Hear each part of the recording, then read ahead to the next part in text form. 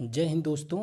आज हम लोग उत्तर प्रदेश पुलिस भर्ती परीक्षा के लिए 7 से 8 महत्वपूर्ण टॉपिक का थ्योरी सेक्शन लेकर के आए हैं। दोस्तों हम लोग इन 7-8 महत्वपूर्ण टॉपिक को कवर करेंगे। इनमें से हम लोग जैसे मानवाधिकार, प्रमुख हेल्पलाइन नंबर, साइबर अपराध, प्रमुख नारे, पुलिस प्रणाली, विमुद्रीकरण, प्रमुख नृत्य, जीएसटी और प्रमुख दिवस जैसे इम्पोर्टेंट टॉपिक को थ्योरी के माध्यम से कवर करेंगे। इसके अलावा हम लोग लगभग 30 मोस्ट इम्पोर्टेंट क्वेश्चनों को भी देखेंगे। वो पूरे संपूर्ण जीएस जीके का एक तरीके से निचोड़ होगा।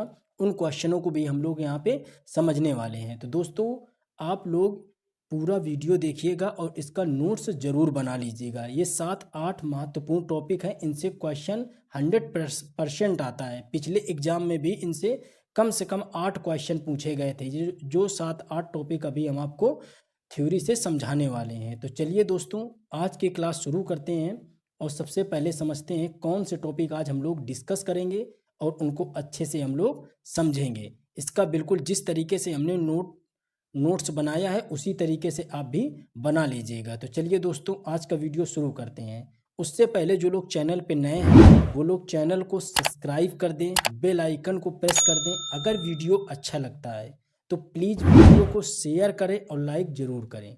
तो चलिए समझ लेते हैं। सबसे पहले हम लोग आज की वीडियो में मानवाधिकार, साइबर अपराध, प्रमुख नारे, पुलिस प्रणाली, विमुद्रीकरण, प्रमुख हेल्पलाइन नंबर, प्रमुख नृत्य, जीएसटी और प्रमुख दिवस जैसे टॉपिक को कवर करेंगे।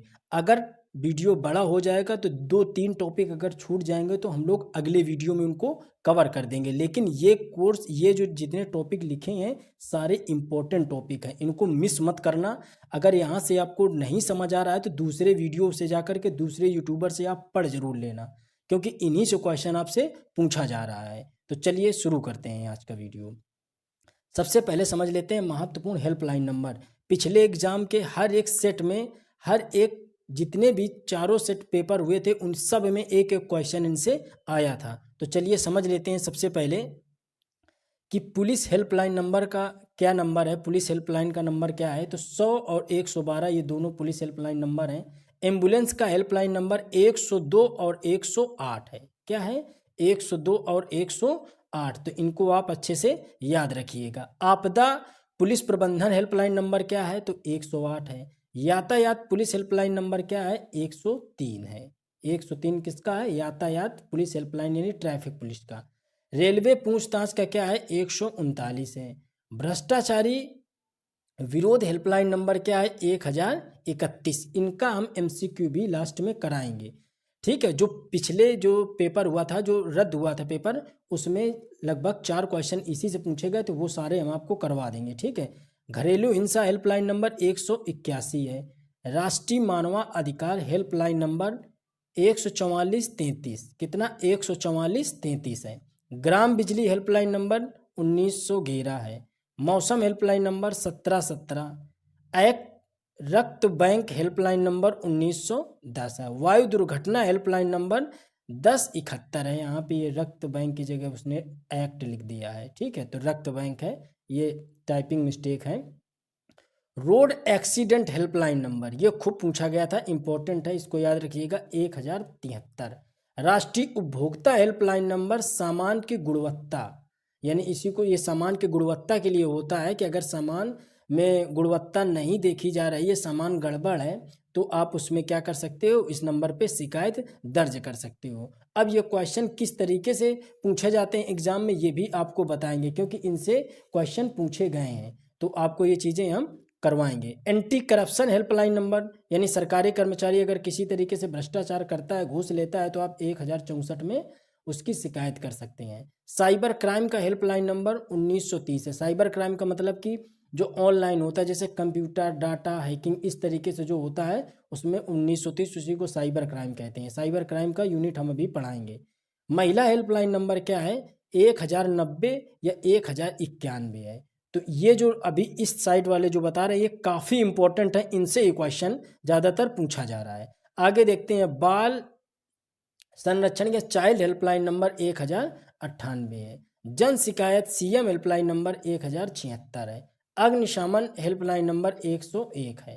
रेल दुर्घटना हेल्पलाइन नंबर 1072 है। अभी हमने कहा रेलवे पूछताछ हेल्पलाइन नंबर कितना था, तो 139 था, लेकिन रेल दुर्घटना हेल्पलाइन नंबर 1072 है। एलपीजी अगर गैस लीक करती है उसका हेल्पलाइन नंबर 1906 है। तो दोस्तों ये जो मुख्य हेल्पलाइन नंबर थे जिनसे क्वेश्चन पूछा गया है, हर बार ये क्वेश्चन इनसे आता है। तो जो इस साइड के हमने हेल्पलाइन नंबर ये लिखे हैं 8-10 ठो, इनको आपको अच्छे से बिल्कुल रट लेना है, ठीक है। इनसे ही क्वेश्चन ज़्यादा आपसे पूछ रहा है। वो थ्योरिकल क्वेश्चन पूछता है इस तरीके से कि जैसे आप रास्ते से जा रहे हैं, आप किसी काम से जा रहे हैं, देखा कि रोड में एक्सीडेंट हो गया है, तो आप किस नंबर पे कॉल करेंगे। तो वो पूछना चाह रहा है कि रोड एक्सीडेंट हेल्पलाइन नंबर क्या है, तो आपको बताएंगे सर 1073 में कॉल करेंगे, ठीक है। तो इस तरीके से क्वेश्चन आता है। तो ये महत्वपूर्ण हेल्पलाइन नंबर थे, तो इनको बिल्कुल आपको ऐसे ही नोट कर लेना है। चलिए आगे हम लोग देखते हैं दूसरा टॉपिक अपना, मानवाधिकार।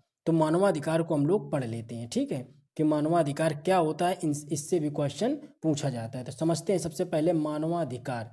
तो ऐसे अधिकार जो मनुष्य होने की वजह से प्राप्त हैं, ऐसे अधिकार जो मनुष्य होने की वजह से प्राप्त है उन्हें मानवाधिकार कहते हैं। यद्यपि संविधान में मौलिक अधिकार यानी फंडामेंटल राइट्स भी प्राप्त हैं, और फंडामेंटल राइट्स यानी मौलिक अधिकार को आप जानते हो संरक्षण कौन प्रदान करता है, तो सुप्रीम कोर्ट या हाई कोर्ट उनको संरक्षण प्रदान करता है। ये बात आप अच्छे से समझते हो।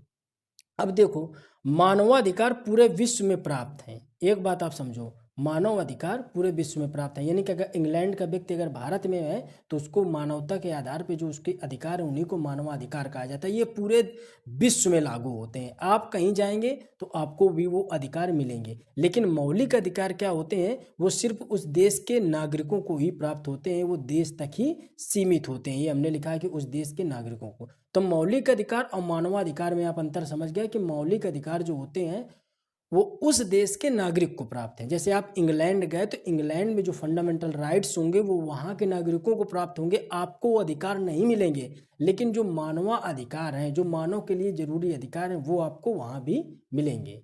तो आई होप ये बात आप अच्छे से समझ गए। अब मानवाधिकार आयोग की देखो, इसकी जो स्थापना की गई मानवाधिकार आयोग की, वो स्थापना की गई 10 दिसंबर 1948 को। यूएनओ की जो तीसरी बैठक हुई थी पेरिस में, उसी समय इसकी चर्चा की गई थी।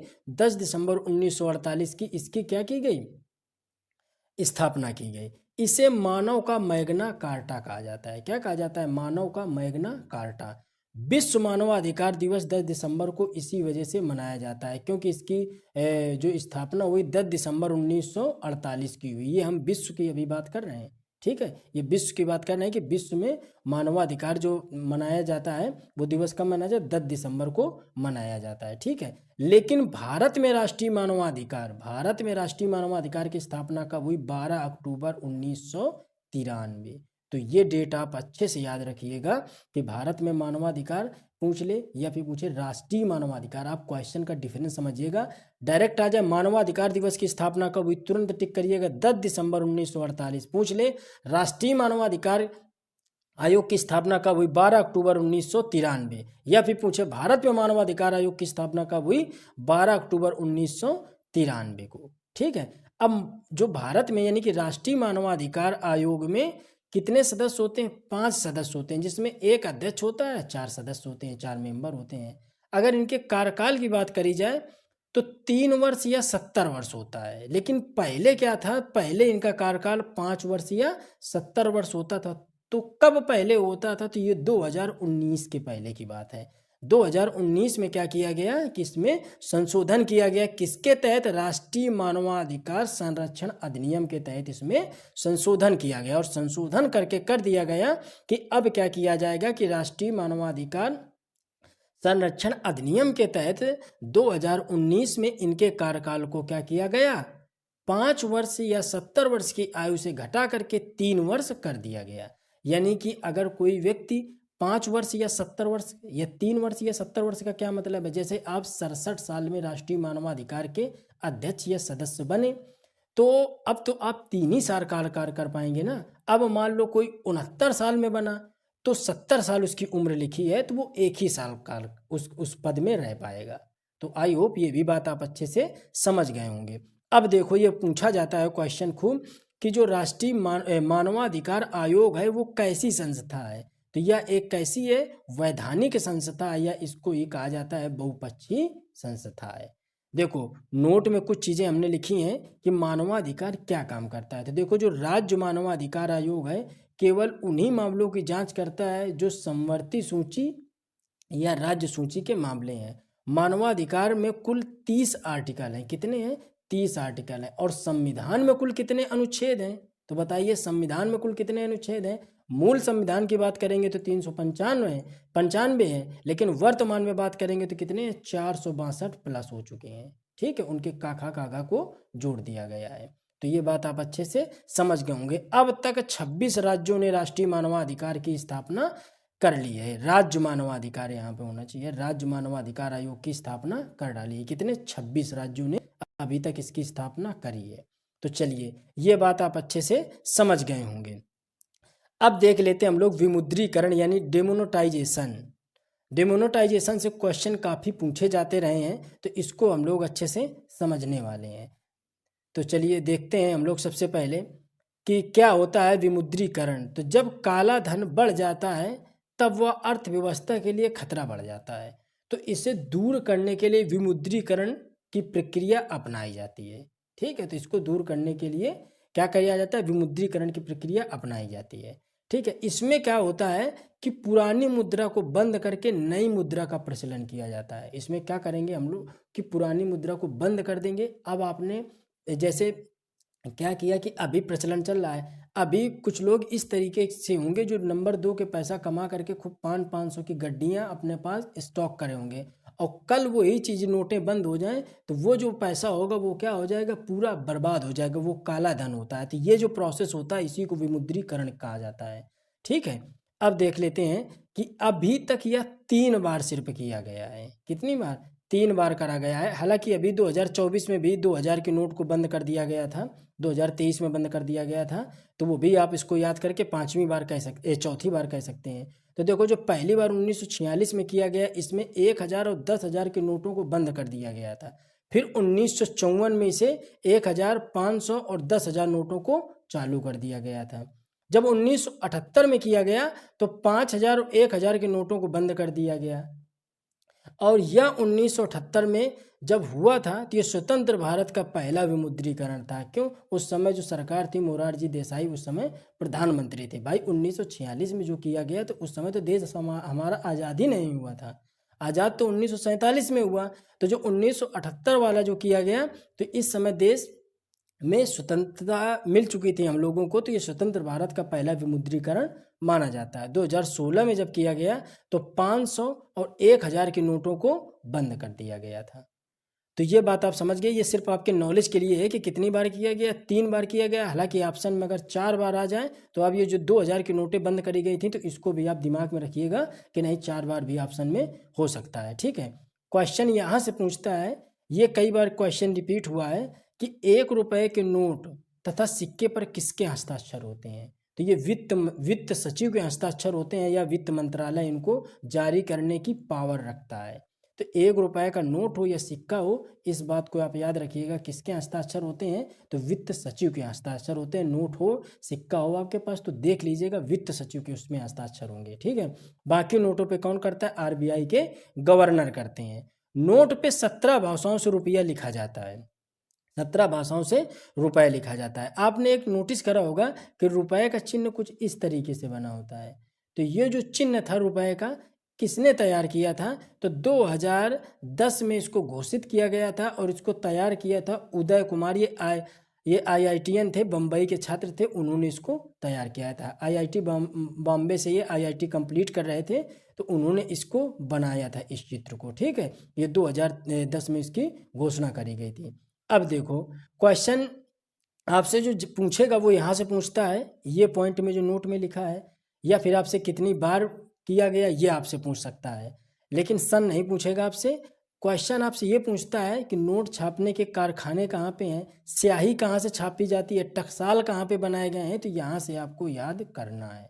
तो देखो नोट छापने के जो कारखाने हैं वो कहाँ पे हैं? देखो देवास मध्य प्रदेश में है, यहाँ पे नोट छापने की स्याही बनती है। स्याही कहाँ से बनती है? देवास मध्य प्रदेश से।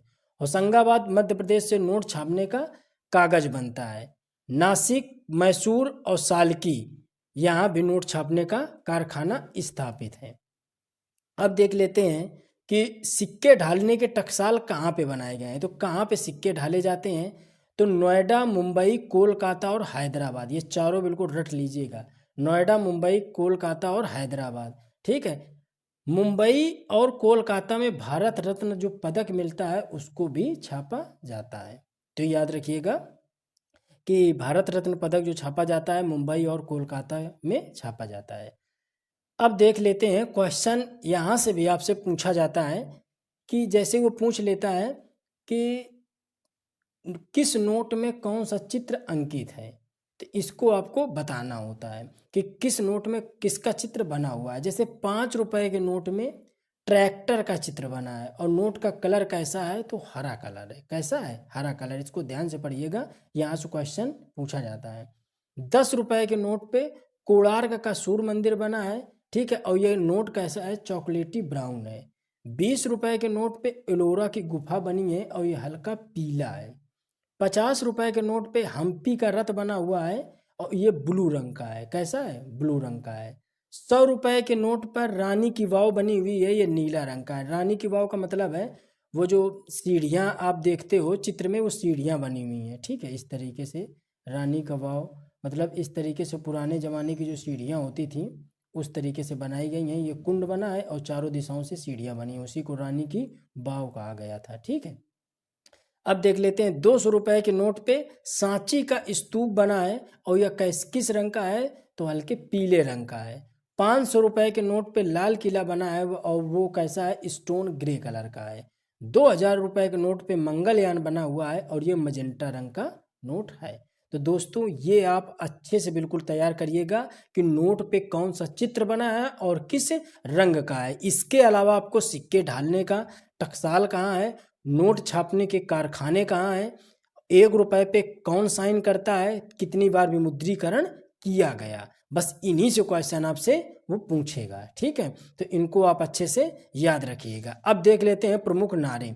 ये वाला जो सेक्शन है ये हमने पिछली जो वीडियो बनाई थी जिसमें MCQ कराया था तो उसमें भी हमने ये करवा दिया था, लेकिन फिर भी हम लोग यहाँ पे देख लेते हैं। जिन लोगों ने वो वीडियो नहीं देखा होगा तो उनका यहाँ पे कवर हो जाएगा। देखिए, इंकलाब जिंदाबाद, आप जानते हैं कि क्वेश्चन नारों यानी स्लोगन से भी क्वेश्चन हर एक शिफ्ट में पूछा गया था। तो हम आशा ये कर सकते हैं कि अगर सब कुछ ठीक ठाक रहा, सारी स्थितियां पॉजिटिव रहीं, जिस तरीके के पैटर्न से क्वेश्चन आए थे, अगर वही पैटर्न रहा तो 100% आप मान के चलिए जो टॉपिक करवा रहे हैं इनसे क्वेश्चन आपके पूछे जाएंगे, ठीक है। चलिए, इंकलाब जिंदाबाद का नारा दिया था भगत सिंह जी ने। दिल्ली चलो इसका नारा दिया था सुभाष चंद्र बोस ने। मारो फिरंगी को नारा दिया था मंगल पांडे ने। कर मत दो यानी टैक्स मत दो का नारा दिया था सरदार वल्लभ भाई पटेल ने। विजयी विश्व तिरंगा प्यारा श्याम लाल गुप्ता पार्षद जी ने ये नारा दिया था। अब आगे देखते हैं वंदे मातरम। वंदे मातरम ये नारा किसने दिया था, तो बंकिम चंद्र चटर्जी जी ने दिया था। जनगण मन अधिनायक जय है रविंद्रनाथ टैगोर जी ने यह कहा था। साम्राज्यवाद का नाश हो भगत सिंह जी ने कहा था। स्वराज हमारा जन्म सिद्ध अधिकार है और इसे ले करके रहेंगे, यह नारा किसने दिया था, बाल गंगाधर तिलक ने दिया था। सारे जहां से अच्छा हिंदुस्तान हमारा, ये किसने कहा था, तो मोहम्मद इकबाल जी ने कहा था। तुम मुझे खून दो मैं तुम्हें आज़ादी दूंगा, खूब फेमस रहा, सुभाष चंद्र बोस जी का यह नारा था। साइमन कमीशन वापस जाओ लाला लाजपत राय, बहुत इंपॉर्टेंट है लाला लाजपत राय। पूर्ण स्वराज या आराम हराम है, यह किसने कहा था, तो पंडित जवाहरलाल नेहरू जी ने कहा था। भारत छोड़ो या हे राम या करो या मरो, यह 3 नारे किसने दिए थे, तो महात्मा गांधी जी ने दिए थे। सरफरोशी की तमन्ना अब हमारे दिल में है, यह नारा किसने दिया था, राम प्रसाद बिस्मिल जी ने दिया था। जय जवान जय किसान, यह नारा किसने दिया था, तो यह लाल बहादुर शास्त्री जी ने दिया था। कब दिया था, जब 1965 में भारत पाकिस्तान युद्ध के समय दिया था। और इसी में एक पॉइंट जुड़ जाए, जय किसान, भाई जय जवान जय किसान ये नारा दिया लाल बहादुर शास्त्री जी ने। जय किसान जय जवान और जय विज्ञान ये नारा किसने दिया? तो ये अटल बिहारी वाजपेयी जी ने दिया था। तो दोस्तों ये आप अच्छे से याद रखिएगा, ये जितने भी स्लोगन बताए हैं इनसे क्वेश्चन पूछा जाता है। आगे हम लोग देख लेते हैं साइबर अपराध।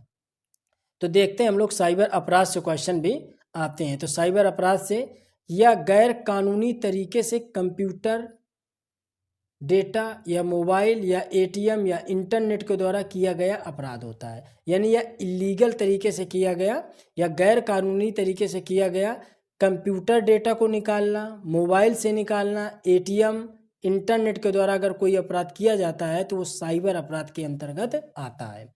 अब देखो साइबर अपराध में सूचना प्रौद्योगिकी अधिनियम 2000 ये पारित कब हुआ था? ये आईटी एक्ट के तहत सन 2000 में पारित किया गया था। राष्ट्रपति जी ने इसको कब मंजूरी दी थी? तो 9 जून 2000 को दी थी और यह लागू हुआ था 17 अक्टूबर सन 2000 को। तो सूचना प्रौद्योगिकी अधिनियम जो था ये सन 2000 में लागू किया गया था। ठीक है, राष्ट्रपति जी ने इसको 9 जून 2000 को मंजूरी दी थी और लागू 17 अक्टूबर सन 2000 को लागू किया गया था।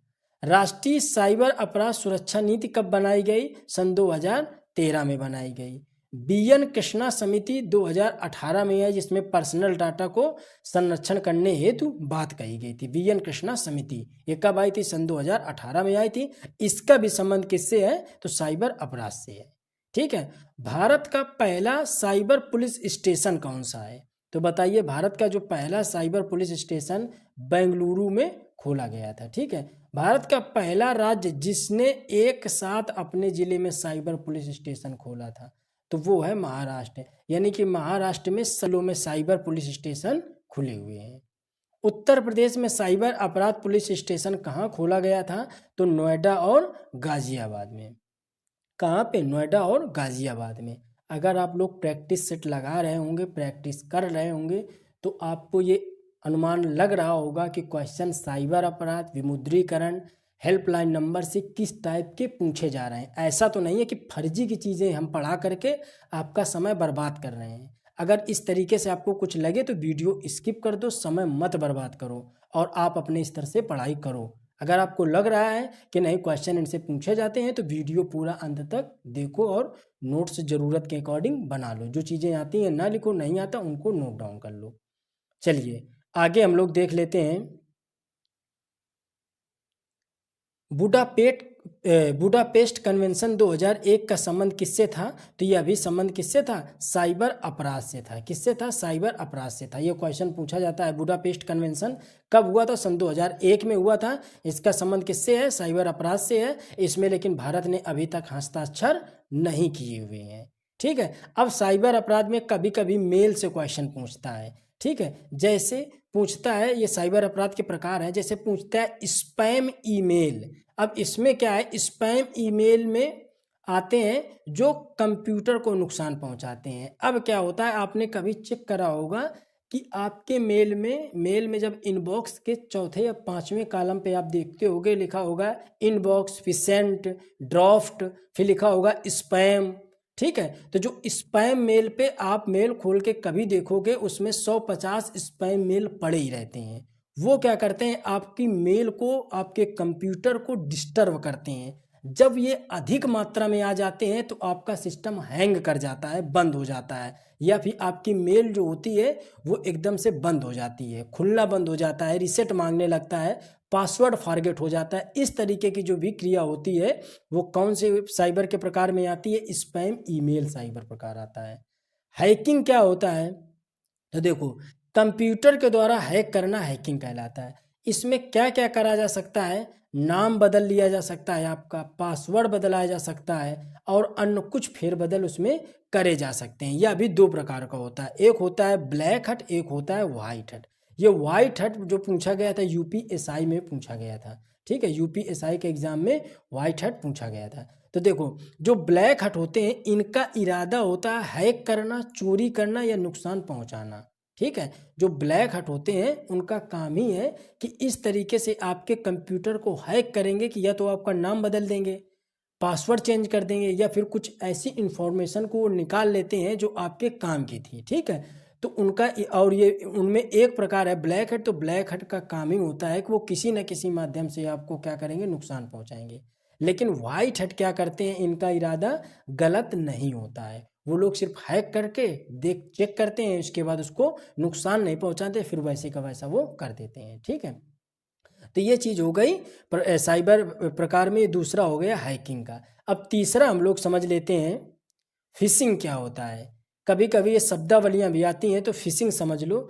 फिशिंग यानी नकली ईमेल आईडी से मैसेज करना, जैसे किसी बैंक, शॉपिंग मॉल या कंपनी से मिलते जुलते कॉल या धोखाधड़ी। अब समझो कि नकली ईमेल से आपको क्या करेंगे, मैसेज। आपने कभी देखा होगा आपके फ़ोन में इतने फ़ोन आते हैं वो कि बधाई हो, आपको 3 लाख का मुफ्त लोन दिया जाता है, बधाई हो आपने कार जीत ली है, बधाई हो आपने ये कर लिया है, आपने इतनी अमेजॉन फ्लिपकार्ट से शॉपिंग करी है तो आपको ये 1 लाख का टैबलेट दिया जाता है, ये लैपटॉप दिया जाता है। इस तरीके से धोखाधड़ी वाले एसएमएस कॉल आपको आते हैं। ठीक है, तो ये कहलाता है क्या, फिशिंग कहलाता है। या कॉल के भी थ्रू आ सकता है और मेल के भी थ्रू आ सकता है, ये कहलाता है फिशिंग। अब एक शब्दावली और है बुलिंग। तो सोशल मीडिया में यानी फेसबुक, ट्विटर में क्या होता है कि गंदे कमेंट करके धमकी देते हैं और तंग करते हैं। कि जैसे क्या करा कि कोई पोस्ट करी तो पोस्ट के नीचे एक अननोन नंबर, अननोन नेम, जिससे आपका कोई मतलब नहीं है, उसमें गंदे कमेंट आएंगे, आपको किसी तरीके से डराने धमकाने की धमकियां आएंगी। ठीक है, वो आपको परेशान करेंगे। ठीक है, और उसके सल्यूशन के तौर पे आपसे कुछ वो पैसा या फिर कुछ अन्य चीज़ें जो उनकी ज़रूरत के हिसाब से होती हैं वो आपसे डिमांड करते हैं। तो इस तरीके की जो साइबर अपराध है वो क्या कहलाता है, बुलिंग कहलाता है। साइबर स्टॉकिंग क्या होता है, तो तंग करने वाला कॉल या एसएमएस जिनका उद्देश्य धोखाधड़ी ही होता है। ठीक है, आपको दिन भर में 150 फर्जी की कॉल आएंगी या फिर फर्जी के आपको एसएमएस आएंगे। ठीक है, तो ये होता है साइबर स्टॉकिंग। साइबर पायरेसी क्या होता है, तो नकली सॉफ्टवेयर कम दामों में बेचना। अब नकली सॉफ्टवेयर जैसे कि क्या है कि किसी का मान लो कि अभी आपने कोई बड़ा ऐप देखा, मान लो प्ले स्टोर में आपका व्हाट्सअप का ऐप है या फिर कोई ऐसा सिक्योरिटी पर्पज का ऐप है जो आपको ज़रूरत है।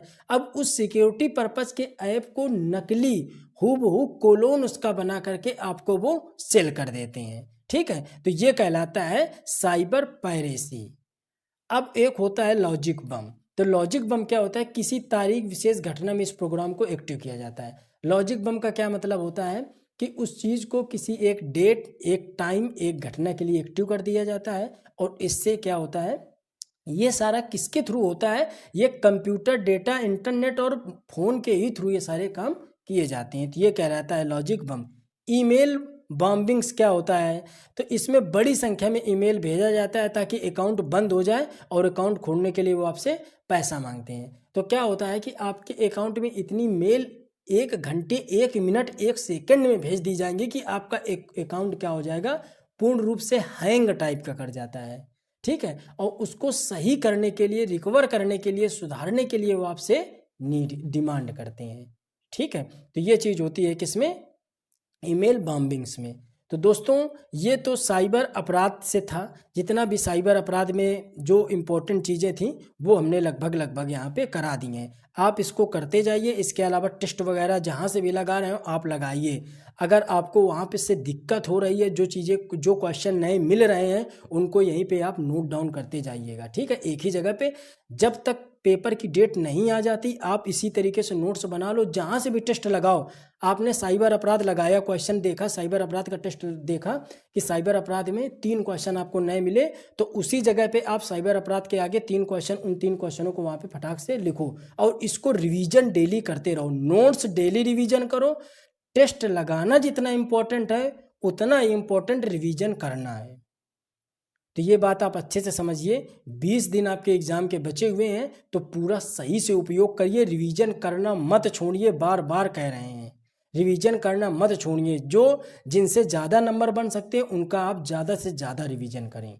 ठीक है, अब देखिए शास्त्रीय नृत्य, क्लासिकल डांस, इनसे भी क्वेश्चन पूछा जाता है। तो क्लासिकल डांस में हम लोग देख लेते हैं, जब किसी पौराणिक कहानी का चित्रण किया जाता है तो वह शास्त्रीय नृत्य कहलाता है। ठीक है, जब किसी पौराणिक कहानी का चित्रण किया जाता है तो वो शास्त्रीय नृत्य कहलाता है। जैसे आपने देखा होगा कोई रामायण का पाठ करता है, महाभारत का पाठ होता है, तो ये सब किसके अंतर्गत आते हैं? ये सब शास्त्रीय नृत्य के ही अंतर्गत आते हैं। इनकी टोटल संख्या कितनी है? 8 है। टोटल संख्या कितनी है? 8 है। कौन कौन से? भारतनाट्यम, मोहिनीअट्टम, कथकली, कथक, मणिपुरी, ओडिसी, कुचिपुड़ी और सत्रिया। तो ये कुछ 8 नृत्य हैं जो शास्त्रीय नृत्य का जिनको दर्जा प्राप्त है, क्लासिकल डांस का जिनको दर्जा प्राप्त है। तो संख्या कितनी है? 8 है। ये भी बात आपको अच्छे से याद रखनी है। इसकी जानकारी हमको कहाँ से मिलती है? तो नाट्य शास्त्र से मिलती है। और नाट्य शास्त्र को किसने लिखा है? तो भरत मुनि ने लिखा है। इसको ही नाट्य शास्त्र को ही 5वां वेद माना जाता है। तो कभी कभी क्वेश्चन ये भी आपको देखने को मिलता होगा कि 4 वेदों के अलावा जो 5वां वेद माना जाता है तो किसको कहा जाता है? तो नाट्य शास्त्र को कहा जाता है। ठीक है, तो ये चीज़ आप अच्छे से समझ गए होंगे। अब हम लोग देख लेते हैं जो शास्त्रीय नृत्य हैं, तो इनके कभी कभी कलाकारों की भी श्रेणी पूछी जाती है कि कौन सा कलाकार, अगर आपसे पूछ ले बिरजू महाराज का संबंध किससे है, तो बताइए बिरजू महाराज का संबंध किससे है? कथक से है। तो इस टाइप के भी क्वेश्चन पूछते हैं। तो देखते हैं, भारतनाट्यम यह तमिलनाडु का मुख्य नृत्य है। ठीक है, सबसे प्राचीन नृत्यों में से एक है और यह मंदिरों में किया जाता है। कहाँ पे किया जाता है? मंदिरों में किया जाता है। ऐसा नहीं है कि ये जनसभा में आयोजित किया जाता है या रामलीला के तरीके से किया जाता है, इस तरीके का नहीं है। ये कहाँ पे आयोजित होगा? ये मंदिरों में आयोजित होता है। भारतनाट्यम कहाँ, किस राज्य का नृत्य है? तो यह तमिलनाडु राज्य का नृत्य है। ठीक, उदाहरण में इनमें कुछ 4-5 आपको नाम याद रखने हैं, ये पूछे जाते हैं। यामिनी कृष्णमूर्ति, रुक्मणी देवी और वैजंती माला, जिसमें से आपको वैजंती माला और यामिनी कृष्णमूर्ति का नाम आपको अच्छे से याद रखना है। किससे संबंधित है? भरतनाट्यम से संबंधित है। मोहिनीअट्टम यह केरल का क्लासिकल डांस है। यह महिलाओं द्वारा किया जाता है। किसके द्वारा? महिलाओं द्वारा। इसमें श्रीदेवी, हेमा मालिनी और कल्याणी अम्मा, ठीक है, इनके नाम आपको याद रखने हैं। कथकली यह केरल में किया जाता है, यह पुरुषों के द्वारा किया जाता है। मोहिनीअट्टम महिलाओं के द्वारा किया जा रहा था, लेकिन कथकली पुरुषों के द्वारा केरल का ये शास्त्रीय नृत्य है। इसमें महाभारत, रामायण जैसे चीज़ों का पाठ किया जाता है। महाभारत या रामायण जैसी कथाओं का पाठ किया जाता है। उदाहरण के तौर पे आनंद और शिवराम इसके मुख्य उदाहरण है। कथक यह उत्तर प्रदेश का प्रमुख क्लासिकल डांस है। इसमें सितारा देवी, बिरजू महाराज, लच्छू महाराज, वेरी वेरी इंपॉर्टेंट है, इनके नाम को याद रखिएगा। लच्छू महाराज, बिरजू महाराज, सितारा देवी किससे संबंधित है? कथक से संबंधित है। कथक किस राज्य का क्लासिकल डांस है? तो उत्तर प्रदेश का क्लासिकल डांस है। मणिपुर में मणिपुर क्लासिकल डांस। उदाहरण झाबरी बहनें, खूब इंपॉर्टेंट है, झाबरी बहनों को बस आप याद रखो, झाबरी बहनें। उड़ीसा, उड़ीसा में किया जाता है। कुचिपुड़ी आंध्र प्रदेश में किया जाता है। कुचिपुड़ी कहाँ? आंध्र प्रदेश में। और कथकली केरल में। ठीक है, कुचिपुड़ी में उदाहरण के तौर पे यामिनी कृष्णमूर्ति, यामिनी कृष्णमूर्ति का नाम हम लोग 2 जगह देखते हैं। एक जगह देखते हैं कुचिपुड़ी में और एक जगह देखते हैं भारतनाट्यम में। हमने बताया था यामिनी कृष्णमूर्ति। ठीक है, अब देख लेते हैं शास्त्रीय नृत्य। शास्त्रीय कहाँ पे है? तो ये असम का नृत्य, ये सबसे नवीन क्लासिकल डांस है। इसको सन 2000 में शामिल किया गया था। इसमें जतन गोस्वामी जी का नाम आप अच्छे से याद रखिएगा। इसमें नाम आपको जो याद रखने हैं, यामिनी कृष्णमूर्ति, रुक्मणी देवी, वैजंती माला, श्रीदेवी, हेमा मालिनी, और इसके अलावा बिरजू महाराज, लच्छू महाराज और सितारा देवी और झाबरी बहनें। ये नाम आपको बिल्कुल ही रट लेने हैं, इनसे क्वेश्चन पूछा जाता है। चलिए, ये चीज़ें आपके अच्छे से समझ में आ गई होंगी। अब देख लेते हैं कुछ राज्यों के क्लासिकल डांस, कुछ राज्यों के लोकल डांस। ठीक है, जैसे असम में कौन कौन से डांस होते हैं? तो बिहू असम का बहुत इंपॉर्टेंट है, ये पूछा जाता है। ठीक है, और सत्रिया जो अभी बताया ये तो क्लासिकल डांस ही है। ठीक है, पश्चिम बंगाल का बाउल याद रखिएगा। ठीक है, झारखंड का सरहुल याद रखिएगा, ये खूब पूछा जाता है। ठीक है, इसके अलावा भी जो लिखे हैं उनको आप एक एक बार देख लीजिएगा, जिनमें गोला कर रहे हैं, लेकिन वो आपको याद ही याद करनी है। उड़ीसा का छाऊ नृत्य खूब पूछा जाता है, छाऊ। ठीक है, और इसके अलावा दलचाई, माया और सावरी। उत्तर प्रदेश का रामलीला तो आप जानते ही हैं, नौटंकी जानते हैं। कजरी खूब पूछा जाता है, कहाँ का है? उत्तर प्रदेश का ये लोकल डांस है। अब हम लोग देख लेते हैं उत्तरांचल का। तो उत्तरांचल में छपेली और चांचरी ये है। पंजाब का देख लेते हैं, भांगड़ा और गिद्दा, ये दोनों आपको याद रखने हैं, पंजाब और हरियाणा में है। राजस्थान का कठपुतली, सबसे ज़्यादा जो पूछा जाता है कठपुतली पूछा जाता है। गुजरात का गरबा, गुजरात का गरबा और डांडिया, आप बिल्कुल इनको जिन पे गोलाकार है उनको बिल्कुल रटना है। महाराष्ट्र का कौन सा पूछा जाता है, तो हांडी, दही हांडी नृत्य महाराष्ट्र का पूछा जाता है, और तमाशा नृत्य भी कभी कभी पूछा जाता है। केरल का मोहिनी अट्टम, केरल का मोहिनी अट्टम। कर्नाटक का यक्षगान, बहुत इंपॉर्टेंट है कर्नाटक का यक्षगान। छत्तीसगढ़ का कौन सा नृत्य है, तो सुआ पूछा जाता है, छत्तीसगढ़ का सुआ। डंडा या रास नृत्य भी पूछा जाता है, लेकिन आप सुआ इसको याद करिएगा। अरुणाचल प्रदेश का मुखौटा नृत्य खूब पूछा जाता है अरुणाचल प्रदेश का। इसके अलावा युद्ध नृत्य भी शामिल है। बिहार का छऊ नृत्य, देखो छऊ नृत्य बिहार में भी किया जाता है और छऊ नृत्य उड़ीसा में भी किया जाता है, यहाँ पे हमने बताया, ठीक है। और बिहार का मगही पूछा जाता है, ठीक है। तमिलनाडु में कबलतम, कौन सा है, कबलतम, कबलतम तमिलनाडु का आप याद रखिएगा। तो दोस्तों ये कुछ इंपॉर्टेंट लोकल डांस और क्लासिकल डांस थे जो हमने आपको अच्छे से समझा दिए हैं। तो इनको जिस तरीके से हमने बताया है इसी तरीके से नोट्स बना लीजिएगा और इसी तरीके से एक बार रिवाइज कर लीजिएगा। अगर सब कुछ अच्छा रहेगा तो क्वेश्चन आपका यहीं से आएगा। अब देख लेते हैं दोस्तों, ये कुछ संस्थाएं लिख दी हैं, कभी कभी इससे भी क्वेश्चन आ जाता है। हालांकि ये मानवाधिकार का जहाँ चैप्टर बताया था उसी पे आपको इसको नोट कर लीजिएगा। जैसे संस्थाओं में पूछ लेता है संवैधानिक, असंवैधानिक और गैर संवैधानिक, ये इसी को संविधान उत्तर कहते हैं, ठीक है। तो संवैधानिक संस्थाएं जिनका स्रोत संविधान है, यानी कि जिनका उल्लेख संविधान में है, वो सब संवैधानिक संस्थाएं कहलाती हैं। जैसे भारत का निर्वाचन आयोग, ये अनुच्छेद 324 के अंतर्गत गठन होता है। 280 में भारत का वित्त आयोग का गठन है। 338 में राष्ट्रीय अनुसूचित जाति का गठन है और 338 में जनजाति का गठन है और अनुच्छेद 338 बी में राष्ट्रीय ओबीसी वर्ग का गठन है, यानी पिछड़ा वर्ग का गठन है। तो संवैधानिक संस्थाएं वह संस्थाएं जिनका संविधान में उल्लेख है। ये कभी कभी संस्थाएं आपसे पूछता है कि बताइए भारत का वित्त आयोग कैसी संस्था है, तो ये संवैधानिक संस्था है, इसको आप अच्छे से याद रखिएगा। असंवैधानिक क्या होता है, जिनका संविधान में मान्यताएं, जिनको संविधान में मान्यताएं नहीं मिली हैं, वो असंवैधानिक संस्थाएं कहलाती हैं, तो इसको याद नहीं करना है। गैर संवैधानिक संस्थाएं ऐसी संस्थाएं जिनका उल्लेख संविधान में नहीं है लेकिन वो कार्य संविधान के लिए करती हैं। उनका उद्देश्य होता है कि संविधान का सहयोग करना या संविधान के उद्देश्यों को पूरा करना उनका भी काम होता है। अब इनके अंतर्गत कौन कौन सी संस्थाएं आती हैं, इनके अंतर्गत दोस्तों संस्थाएं आती हैं कानूनी या विधि और कार्यकारी संस्थाएं और कुछ अन्य संस्थाएं भी आती हैं। जैसे कानूनी या विधि संस्थाएं कौन सी हैं, इसी से क्वेश्चन ज़्यादा पूछा जाता है।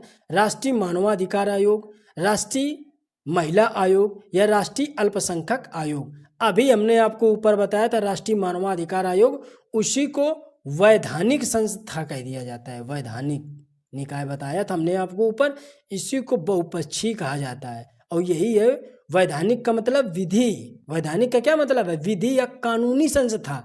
अब अगर इसी जगह शब्द बदल के कानूनी आ जाता तो आप कंफ्यूज हो जाते। तो वैधानिक संस्था का मतलब यह कानूनी संस्था। कार्यकारी संस्था, राष्ट्रपति या कार्यपालिका के आदेश के द्वारा इन संस्थाओं का निर्माण किया जाता है। इसमें योजना आयोग और नीति आयोग शामिल है। लेकिन वित्त आयोग किसमें शामिल था, तो हमने ऊपर आपको बताया संवैधानिक संस्था के रूप में है। अन्य संस्थाओं में छात्रों का संगठन, मजदूर संगठन, लेबर संगठन इस तरीके से आते हैं। तो ये जो 2-3 संस्थाएं आपको बताएं, जिनके उदाहरण बताएं, तो बिल्कुल आपको इनको रटना है, ठीक है। ये जो संस्थान आपको बताएं इनको बिल्कुल आपको रट लेना है। ये और ये संस्थाएं, इनसे क्वेश्चन आपसे पूछा जा सकता है। चलिए आगे हम लोग देख लेते हैं कुछ महत्वपूर्ण दिवस, ठीक है। महत्वपूर्ण दिवस से भी हर एक शिफ्ट में आपने देखा होगा 1 या 2 क्वेश्चन दिवस से थे। तो चलिए प्रवासी दिवस कब मनाया जाता है, तो प्रवासी दिवस मनाया जाता है 9 जनवरी को। देखते हैं सबसे पहले 9 जनवरी को कौन मनाया जाता है, प्रवासी दिवस मनाया जाता है, ठीक है। क्यों, क्योंकि इसी दिन 1915 9 जनवरी 1915 को गांधी जी दक्षिण अफ्रीका से भारत वापस आए थे, ठीक है। विश्व हास्य दिवस 10 जनवरी को मनाते हैं। विश्व हिंदी दिवस कब मनाते हैं, तो 10 जनवरी को। राष्ट्रीय युवा दिवस कब मनाते हैं? 12 जनवरी को। राष्ट्रीय युवा दिवस कब मनाते हैं हम लोग? 12 जनवरी को। चलिए आगे हम लोग देख लेते हैं थल सेना दिवस, तो ये मनाया जाता है 15 जनवरी। शहीद दिवस 30 जनवरी। विश्व कैंसर दिवस तो 4 फरवरी को विश्व कैंसर दिवस मनाया जाता है। आगे हम लोग देख लेते हैं। देखो वीडियो लंबा हो जाएगा, अगर जो टॉपिक छूट जाएंगे तो उन टॉपिक को हम अगले वीडियो में कवर करेंगे। तो जो भी टॉपिक छूटेंगे उनको हम लोग अगले वीडियो में कवर कर लेंगे, परेशान मत होइएगा, ठीक है। आगे हम लोग देख लेते हैं अंतर्राष्ट्रीय मातृभाषा दिवस 21 फरवरी, राष्ट्रीय विज्ञान दिवस 28 फरवरी, राष्ट्रीय सुरक्षा दिवस 4 मार्च, अंतर्राष्ट्रीय महिला दिवस 8 मार्च, विश्व गौरैया दिवस कब मनाया जाता है? तो 20 मार्च को। विश्व वन दिवस 21 मार्च, विश्व जल संरक्षण दिवस 22 मार्च, विश्व मौसम विज्ञान दिवस 23 मार्च, विश्व टीवी दिवस 24 मार्च, विश्व रंगमंच दिवस 27 मार्च, विश्व स्वास्थ्य दिवस 7 अप्रैल को, अंबेडकर जयंती कब मनाई जाती है? 14 अप्रैल को मनाई जाती है। पृथ्वी दिवस 22 अप्रैल को मनाया जाता है। विश्व मेघ दिवस 1 मई को मनाया जाता है। आगे हम लोग देखते हैं 8 मई को विश्व रेड क्रॉस दिवस मनाया जाता है। 8 मई को जैव विविधता दिवस 22 मई को, विश्व पर्यावरण दिवस 5 जून को, रक्तदान दिवस 14 जून को, अंतर्राष्ट्रीय योग दिवस 21 जून को, राष्ट्रीय सांख्यिकी दिवस 29 जून को, वन सप्ताह कब मनाया जाता है? 1 से 7 जुलाई के बीच में, विश्व जनसंख्या दिवस 11 जुलाई को, प्रथम विश्व युवा कौशल दिवस 15 जुलाई को, और राष्ट्रीय बाघ दिवस 29 जुलाई को। डेंगू निरोधक दिवस मनाया जाता है 10 अगस्त को। तो ये सारे आप नोट डाउन कर लीजिएगा। अब आगे देख लेते हैं अंतर्राष्ट्रीय युवा दिवस 12 अगस्त को मनाया जाता है। राष्ट्रीय शिक्षक दिवस 5 सितंबर, विश्व साक्षरता दिवस 8 सितंबर, हिंदी दिवस कब मनाया जाता है? 14 सितंबर। लेकिन उसी जगह हमने बताया कि विश्व हिंदी दिवस कब मनाया जाता है, तो आपने बताया कि सर 10 जनवरी। कब मनाया? 10 जनवरी। और हिंदी दिवस 14 सितंबर, ओजोन दिवस 16 सितंबर, राष्ट्रीय पर्यटन दिवस 27 सितंबर, विश्व शिक्षक दिवस 5 अक्टूबर, विश्व डाक दिवस 9 अक्टूबर, विश्व पोलियो दिवस 24 अक्टूबर को मनाया जाता है, संयुक्त राष्ट्र दिवस 24 अक्टूबर को, राष्ट्रीय एकता दिवस 31 अक्टूबर, एड्स दिवस 1 दिसंबर, कंप्यूटर साक्षरता दिवस 2 दिसंबर और राष्ट्रीय पर्यावरण प्रदूषण नियंत्रण दिवस कब मनाया जाता है? तो 2 दिसंबर को मनाया जाता है। 2-4 और दिवस बचे उनको भी देख लेते हैं। विश्व मृदा दिवस 5 दिसंबर, झंडा दिवस 7 दिसंबर, मानवाधिकार दिवस 10 दिसंबर। स्थापना कब हुई मानवाधिकार दिवस की? अभी हमने ऊपर आपको बताई थी, कमेंट करके बताइएगा कि राष्ट्रीय मानवाधिकार आयोग की स्थापना कब करी गई। गणित दिवस 12 दिसंबर, किसान दिवस 23 दिसंबर और राष्ट्रीय उपभोक्ता दिवस 24 दिसंबर को मनाया जाता है। तो दोस्तों ये कुछ इम्पोर्टेंट दिवस थे। अब हम लोग देख लेते हैं महत्वपूर्ण प्रश्न।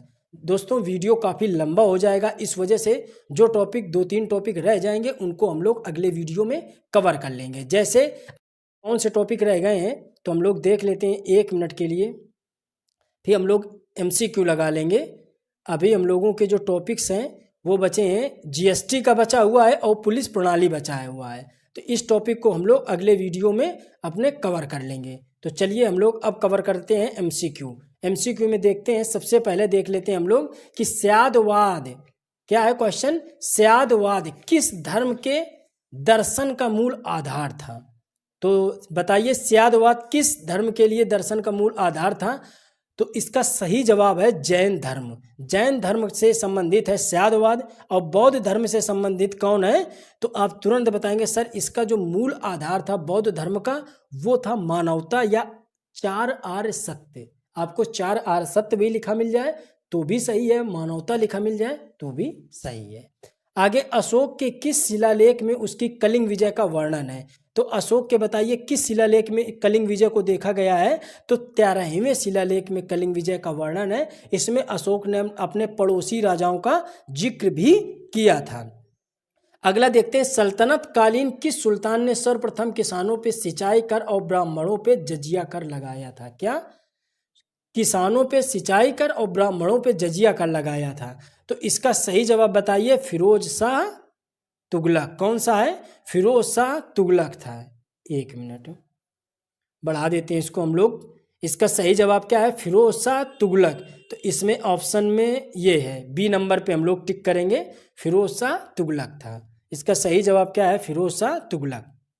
अब हम लोग देख लेते हैं मीनाक्षी मंदिर कहाँ पे स्थित है। तो बताइए, मीनाक्षी मंदिर मदुरई में स्थित है। दक्षिण भारत का एक काफ़ी पॉपुलर मंदिर है मीनाक्षी मंदिर। अभी हमने आपको ऊपर बताया कि कठपुतली किस राज्य का प्रमुख नृत्य है। तो बताइए कठपुतली किस राज्य का है? तो राजस्थान राज्य का सबसे प्रमुख नृत्य है क्या? कठपुतली। अब देख लेते हैं अगला, भारत सरकार द्वारा दिए जाने वाला सर्वोच्च पुरस्कार कौन सा है? तो भारत सरकार द्वारा दिए जाने वाला सर्वोच्च पुरस्कार बताइए कौन सा है? बताइए। तो इसमें जो भी पुरस्कार दिए गए हैं कि जवाहरलाल नेहरू अंतर्राष्ट्रीय पुरस्कार, इंदिरा गांधी अंतर्राष्ट्रीय पुरस्कार, गांधी पुरस्कार, या फिर कोई नहीं। तो आपके हिसाब से क्या लग रहा है कि इसमें भारत सरकार द्वारा दिए जाने वाला सर्वोच्च पुरस्कार इसमें शामिल है या नहीं है? तो इसका सही जवाब है इनमें से कोई नहीं। तो सही जवाब इसका क्या होगा? तो भारत रत्न। क्या है? भारत रत्न सर्वोच्च सम्मान है। नागरिकों को दिए जाने वाला सर्वोच्च सम्मान कौन सा है? भारत रत्न। और अगर पूछ ले सैन्य सम्मान कौन सा है, तो बताओगे परमवीर चक्र। परमवीर चक्र सैन्य सम्मान है, और सर्वोच्च सम्मान नागरिकों को कौन सा दिया जाता है? भारत रत्न। ये ऑप्शन में था नहीं, तो ये सारे विकल्प हो गए गलत। लेडी विद द लैंप के नाम से किसको जाना जाता है? तो फ्लोरेंस नाइटिंगेल को लेडी विद द लैंप के नाम से जाना जाता है। ये आधुनिक नर्सिंग आंदोलन की उनको जन्मदाता के रूप में भी हम लोग जानते हैं। विश्व प्रसिद्ध खजुराहो का मंदिर कहाँ पे है? तो खजुराहो के मंदिर बताइए कहाँ पे हैं? ये हम लोगों के मध्य प्रदेश में स्थित है। खजुराहो के मंदिर कहाँ पे स्थित है? मध्य प्रदेश में। तो हम लोग आगे देख लेते हैं, वायुमंडल में दैनिक मौसम परिवर्तन निम्नलिखित में से किसमें अधिक होता है? दैनिक मौसम परिवर्तन का मतलब आंधी तूफान, ये जो घटनाएं होती हैं, ये सारी क्रियाएं किसमें होती हैं? क्षोभ मंडल में होती हैं। तो इसी को दैनिक परिवर्तन की बात कर रहा है। तो क्षोभ मंडल यही सबसे क्या है? वायुमंडल के सबसे निचली परत है। क्षोभ मंडल के बाद समताप, मध्य, आयन और वायुमंडल क्रम से लगे हुए हैं। रॉकी, एंडीज और एटलस, आल्प्स, हिमालय आदि ये किस प्रकार के पर्वत हैं? तो कैसे हैं? वलित पर्वत के उदाहरण हैं। रॉकी, एंडीज, एटलस या हिमालय, ये जो पर्वत आप देखते हो, तो यह किस प्रकार के पर्वतों के उदाहरण के रूप में जानते हैं? तो यह कैसे हैं? वलित पर्वत के उदाहरण हैं। और ब्लॉक पर्वत के उदाहरणों में से कौन से आएंगे? तो जैसे ब्लैक फॉरेस्ट है, ये जर्मनी का है। सॉल्ट रेंज है, ये पाकिस्तान का है। विंध्य पर्वत है, या फिर सतपुड़ा पर्वत है, ये भारत के हैं। तो ये सब किस में आ जाते हैं? ब्लॉक पर्वत के उदाहरण में। ज्वालामुखी पर्वत में जैसे किलिमंजारो है, ये किलिमंजारो हो गया, हवाई द्वीप हो गया, माउंट लोवा हो गया, इस तरीके के माउंट पोपा ज्वालामुखी हो गया, ये सारे ज्वालामुखी द्वीप आ जाते हैं। और अगर अवशिष्ट पर्वत आपसे पूछ लिया जाए कि अवशिष्ट पर्वत बताइए, तो अवशिष्ट पर्वत में तो आप बहुत ही फेमस अवशिष्ट पर्वत है अरावली पर्वत, पारसनाथ पर्वत, नल्लामाला पर्वत पहाड़ियाँ और महेंद्रगिरी, ये सारी किस्में आ जाती हैं अवशिष्ट पर्वत के उदाहरण में हम लोगों को देखने को मिलती हैं। तो दोस्तों ये चीज़ आप अच्छे से समझ गए होंगे। आगे हम लोग देख लेते हैं, चलिए आगे हम लोग देखते हैं। भारत में प्रच्छन्न बेरोजगारी मुख्यतः दिखाई देती है किस क्षेत्र में दिखाई देती है? तो बताइए, कृषि क्षेत्र, सेवा क्षेत्र, फैक्ट्री क्षेत्र या इन सभी क्षेत्रों में। तो किन क्षेत्रों में यह बेरोजगारी देखने को मिलती है? तो इसका जवाब आप कमेंट करके हमको दीजिए, किसमें हम लोग ये बेरोजगारी देखने को पाते हैं। अगला देखिए, भारतीय अर्थव्यवस्था में सबसे अच्छे ढंग से किन शब्दों को व्यक्त किया? व्यवस्था में आगे देख लेते हैं, सार्वजनिक वितरण प्रणाली का लक्ष्य क्या है? गरीबों को खाद्य सुरक्षा उपलब्ध कराना, जमाखोरी एवं काला बाजारी को रोकना, व्यापारियों द्वारा अधिक मूल्य लिए जाने वाले से रोकना, या फिर उपरोक्त सभी। तो इसका जवाब है उपरोक्त सभी। क्या है? उपरोक्त सभी। अब हम लोग आगे देख लेते हैं अगला क्वेश्चन, संविधान के किस संविधान संशोधन के द्वारा 6 से 14 वर्ष के सभी बच्चों के लिए शिक्षा का अधिकार मूल अधिकार बना दिया गया था? तो बताइए कौन, इसका सही जवाब क्या है?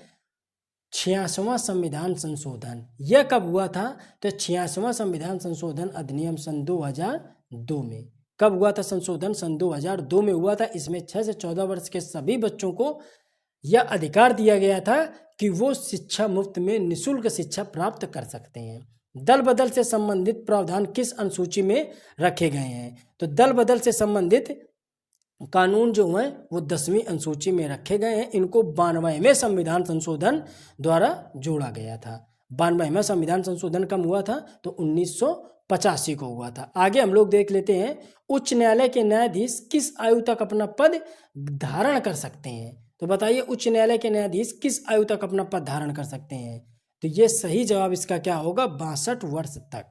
62 वर्ष तक अपना पद धारण कर सकते हैं। ये त्याग पत्र किसको देते हैं? राष्ट्रपति जी को देते हैं। लेकिन अब ये प्रस्ताव चल रहा है कि इनको 65 वर्ष तक की बात कही जा रही है, लेकिन अभी सही जवाब है इसका 62 वर्ष। आगे हम लोग देख लेते हैं, अगला क्वेश्चन है कि संविधान में मूल कर्तव्यों की प्रेरणा किस देश से मिली है? तो बताइए, मूल कर्तव्यों की प्रेरणा कहाँ से मिली है? बताइए, पूर्व सोवियत संघ से। कहाँ से मिली है? पूर्व सोवियत संघ। अब मूल कर्तव्यों की अगर हम लोग बात कर लें तो इनका उल्लेख मिलता है अनुच्छेद 51 के ए में। कहाँ पे? अनुच्छेद 51 के ए में मिलता है। इनकी संख्या कितनी थी? अभी वर्तमान में 11 है, लेकिन पहले कितनी थी? 9 थी। फिर 10वां जोड़ा गया। 10वां कब जोड़ा गया? 42वें संविधान संशोधन द्वारा। फिर 11वां कब जोड़ा गया? तो 86वां संविधान संशोधन जब 2002 में हुआ तब जोड़ा गया 11वां। चलिए अब अगला क्वेश्चन देखते हैं, डिस्कवरी ऑफ इंडिया किसकी पुस्तक के लेखक कौन है? तो पंडित जवाहरलाल नेहरू इस पुस्तक के लेखक हैं। आगे हम लोग देख लेते हैं कि किसी एक सामान्य व्यक्ति के रक्त का पीएच वैल्यू कितना होता है? तो बताइए, रक्त का जो सामान्य व्यक्ति के जो रक्त का पीएच वैल्यू कितना हो सकता है? तो इसका सही जवाब है 7.35 से 7.45 तक इसके पीएच वैल्यू हो सकती है। कितनी हो सकती है? 7.35 से 7.45। अगला क्वेश्चन है, डबल रोटी में फुलाव कौन सी गैस के कारण होता है? तो बताइए, डबल रोटी में जो फुलाव होता है वो किस गैस के कारण देखने को मिलता है? तो कौन सी गैस होती है? सभी जानते हैं, कार्बन डाइऑक्साइड गैस। कौन सी गैस होती है? Carbon dioxide gas. अगला देखते हैं, नींबू खट्टा किसके कारण होता है? तो बताइए, नींबू किसके कारण खट्टा होता है? इसका सही जवाब क्या है? साइट्रिक अम्ल। क्या है? साइट्रिक अम्ल। तो टार्ट्रिक अम्ल किसमें होता है? इमली है, जैसे अंगूर है और केला है, इसमें टार्ट्रिक अम्ल पाया जाता है। और हाइड्रोक्लोरिक अम्ल किसमें होता है? तो ज्वालामुखी जो गैस निकलती है उसमें हाइड्रोक्लोरिक अम्ल होता है। सिरके में एस्टिक अम्ल होता है। तो ये सभी आप जानते हैं। अगला देख लेते हैं, उत्तर प्रदेश में प्रथम विकलांग विश्वविद्यालय कहाँ पे स्थापित किया गया? तो ये चित्रकूट में स्थापित किया गया। कहाँ पे? चित्रकूट में विकलांग विश्वविद्यालय स्थापित किया गया है। अगला क्वेश्चन हम लोग देखते हैं, राधा स्वामी मठ का मुख्य केंद्र दयाल बाग उत्तर प्रदेश के किस जिले में स्थित है? बताइए, कहाँ पे स्थित है? आगरा में स्थित है। चलिए, इसकी स्थापना कब हुई थी? 1861 में हुई थी। शिव दयाल सिंह ने इसकी स्थापना करी थी। अगला क्वेश्चन हम लोग देख लेते हैं, निम्नलिखित में से कौन सा लोक नृत्य ब्रज का नृत्य है या ब्रज क्षेत्र का नृत्य है? तो बताइए कौन सा है? इसमें जो सर्कुलर नृत्य है या ब्रज क्षेत्र में किए जाने वाला नृत्य कहलाता है। अगला क्वेश्चन हम लोग देखते हैं, दिसंबर 2023 में काशी तमिल संगम के द्वितीय संस्करण का आयोजन उत्तर प्रदेश की किस जिले में किया गया था? तो बताइए, उत्तर प्रदेश की किस जिले में इसका आयोजन किया गया था? तो इसका सही जवाब क्या है? दिसंबर 2023 में काशी तमिल के द्वितीय संस्करण का जो आयोजन था उत्तर प्रदेश के किस जिले में किया गया था? बताएं। तो इसका सही जवाब है वाराणसी। कहाँ पे किया गया था? वाराणसी में किया गया था। अगला हम लोग देख लेते हैं, लोकसभा हेतु उत्तर प्रदेश से निर्वाचित सदस्यों की कुल संख्या क्या है? तो अब आप जानते ही हैं कि लोकसभा में उत्तर प्रदेश से सीटें कितनी हैं? 80 हैं। अगर हम आपसे कह दें कि राज्यसभा तो कितनी सीटें हैं? 31। लोकसभा की कितनी है? 80। ये उत्तर प्रदेश की बात कर रहे हैं। विधानसभा की कितनी है? तो 403। विधान परिषद की कितनी है? तो 100 सीटें हैं। कितनी है? 100। ये सीटें आपको अच्छे से याद रखनी है। अगला देख लेते हैं, सामुदायिक पुलिस व्यवस्था का लक्ष्य क्या है? तो सामुदायिक पुलिस व्यवस्था का लक्ष्य क्या है? चलिए ऑप्शन देखते हैं, पुलिस नागरिक के बीच समन्वय, संगठित अपराधियों पर छाया, नैतिक मूल्यों का निर्माण या आधुनिकता को बढ़ावा देना। तो इसमें सही जवाब है पुलिस नागरिकों के बीच में समन्वय स्थापित करना इनका मुख्य उद्देश्य है। स्त्रियों की दशा में सुधार हेतु सुधार न होने तक विश्व कल्याण का कोई मार्ग नहीं है। स्त्रियों की दशा में सुधार न होने तक विश्व कल्याण का कोई मार्ग नहीं है। यह कथन किसका है? तो यह कथन किसने कहा था? तो स्वामी विवेकानंद जी का यह कथन है। ठीक है, अगला देखते हैं जैविक प्रदूषक कहाँ पे मिलते हैं? तो जैविक प्रदूषक जो होते हैं वो जल में पाए जाते हैं। चलिए आगे हम लोग देख लेते हैं जल संरक्षण के लिए क्या जरूरी होता है। तो बताइए जल संरक्षण के लिए क्या जरूरी होता है? कि नदियों पर बांध बनाना चाहिए, वर्षा के लिए जल का संचय करना चाहिए, जल के दुरुपयोग को रोकना चाहिए, इन सभी को। तो क्या है? इन सभी को लागू करना चाहिए, तभी जल संरक्षण संभव है। विश्व पर्यावरण दिवस, ऊपर पर्यावरण दिवस कराया था, तो विश्व पर्यावरण दिवस कब मनाया जाता है? 5 जून को मनाया जाता है। भारत में इसकी शुरुआत कब करी थी? तो 5 जून 1974 से इसकी शुरुआत करी गई थी। अगला देख लीजिए, पुस्तक के नाम लिखे हैं और एक साइड लेखक के नाम लिखे हैं, तो इसको हम लोगों को करना है। तो देखते हैं पुस्तक के नाम और लेखक के नाम। तो देखिए महात्मा गांधी और सिनेमा, यह किसकी पुस्तक थी? तो यह पुस्तक थी जेपी चौकसे। किसकी है? JP Chouksey. Hello life, hello life, यह किसकी पुस्तक रही थी? तो यह शीतल वर्मा जी की पुस्तक थी। किसकी? शीतल वर्मा। लखनऊ बॉयज, लखनऊ बॉयज किसकी पुस्तक थी? तो विनोद मेहता की पुस्तक थी। और बियॉन्ड द लाइन्स किसकी पुस्तक थी? तो ये कुलदीप नैयर की पुस्तक थी। चलिए आगे हम लोग देखते हैं इंदिरा गांधी ए लाइफ ऑन नेचर, पुस्तक के लेखक कौन है? तो इस पुस्तक के लेखक कौन है? जयराम रमेश। कौन है इस पुस्तक के लेखक? जयराम रमेश। अगला हम लोग देख लेते हैं पुलित्जर पुरस्कार किस क्षेत्र में दिया जाता है? तो बताइए पुलित्जर पुरस्कार तो काफ़ी फेमस पुरस्कार रहा है। यह पत्रकारिता के क्षेत्र में दिए जाने वाला पुरस्कार है, इसको अमेरिका से चालू करा गया था। ठीक है, आगे हम लोग देख लेते हैं वस्तु एवं सेवा कर यानी जीएसटी कब लागू किया गया? तो बताइए जीएसटी कब लागू करा गया था? बताइए जीएसटी कब लागू किया गया? ये सभी को पता है कि जीएसटी जुलाई में लागू किया गया। अब ये भी बात सबको अच्छे से पता है कि जुलाई 2017 में लागू करा गया था, लेकिन डेट क्या थी जिसमें जीएसटी को लागू करा गया? बताइए डेट क्या थी जिसमें जीएसटी को लागू करा गया? तो 1 जुलाई 2017 को लागू किया गया था। देखो 2017 सभी विकल्प में है, जुलाई भी सभी विकल्प में है, लेकिन आपको देखना 1 जुलाई 2017 से जीएसटी को लागू किया गया था। अगला क्वेश्चन देख लेते हैं गणतंत्र दिवस के समारोह में, गणतंत्र दिवस समारोह परेड 2024 के किस राज्य की महिला सशक्तिकरण झांसी को राज्यों में सर्वश्रेष्ठ झांकी का पुरस्कार दिया गया? मतलब किस राज्य की जो झांकी थी महिला सशक्तिकरण पे आधारित थी, उसको राज्य का सर्वश्रेष्ठ मतलब देश का सर्वश्रेष्ठ पुरस्कार दिया गया था। तो बताइए यह किसकी थी? तो ये उड़ीसा राज्य की थी। अगर ये राज्य के रेफरेंस में पूछ रहा, अगर ये मंत्रालय के रेफरेंस में पूछता कि गणतंत्र दिवस समारोह में किस मंत्रालय को सर्वश्रेष्ठ झांकी का पुरस्कार दिया गया है, तो आप क्या बताते? संस्कृति मंत्रालय को दिया गया है। चलिए अगला देखते हैं अगर किसी, अब देखिए ये हेल्पलाइन से क्वेश्चन पूछे गए थे पिछली बार एग्जाम में, तो इन्हीं क्वेश्चनों को हम लोग देख लेते हैं। जैसे अगर किसी का रोड पे एक्सीडेंट हो जाता है तो रोड एक्सीडेंट का इमरजेंसी हेल्पलाइन नंबर क्या है? तो बताइए इसका हेल्पलाइन नंबर क्या है? तो ऑप्शन है 1071, 1073, 1075, 1076। तो आप क्या डायल करेंगे? तुरंत बताएंगे सर 1073 डायल करेंगे। क्या? 1073। बात समझ में आ गई? 1071 किसका था?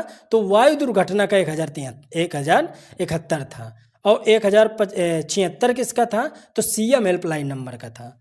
अगला क्वेश्चन क्या है? अगर किसी दुकानदार ऑनलाइन शॉपिंग साइट्स या कॉलेज अथवा स्कूल से वस्तुओं की बढ़ी हुई कीमतें, गुणवत्ता, गारंटी, वारंटी या अन्य किसी से समस्या को रिपोर्ट करने के लिए राष्ट्रीय उपभोक्ता हेल्पलाइन नंबर यानी कुल मिला के राष्ट्रीय उपभोक्ता का हेल्पलाइन नंबर वो जानना चाहता है, तो इसका सही जवाब क्या होगा? 1915। 1930 किसका है?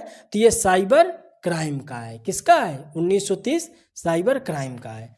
अगला देख लेते हैं, अगर कोई आईएएस पीसीएस या पुलिस का कोई भी सरकारी अधिकारी या कर्मचारी रिश्वत मांगे तो एंटी करप्शन ब्यूरो में शिकायत दर्ज करने के लिए हेल्पलाइन नंबर क्या होगा? तो बताइए इसका हेल्पलाइन नंबर क्या होगा? ऊपर करवा दिया है हमने, तो उसका होगा 1064। क्या होगा? 1064।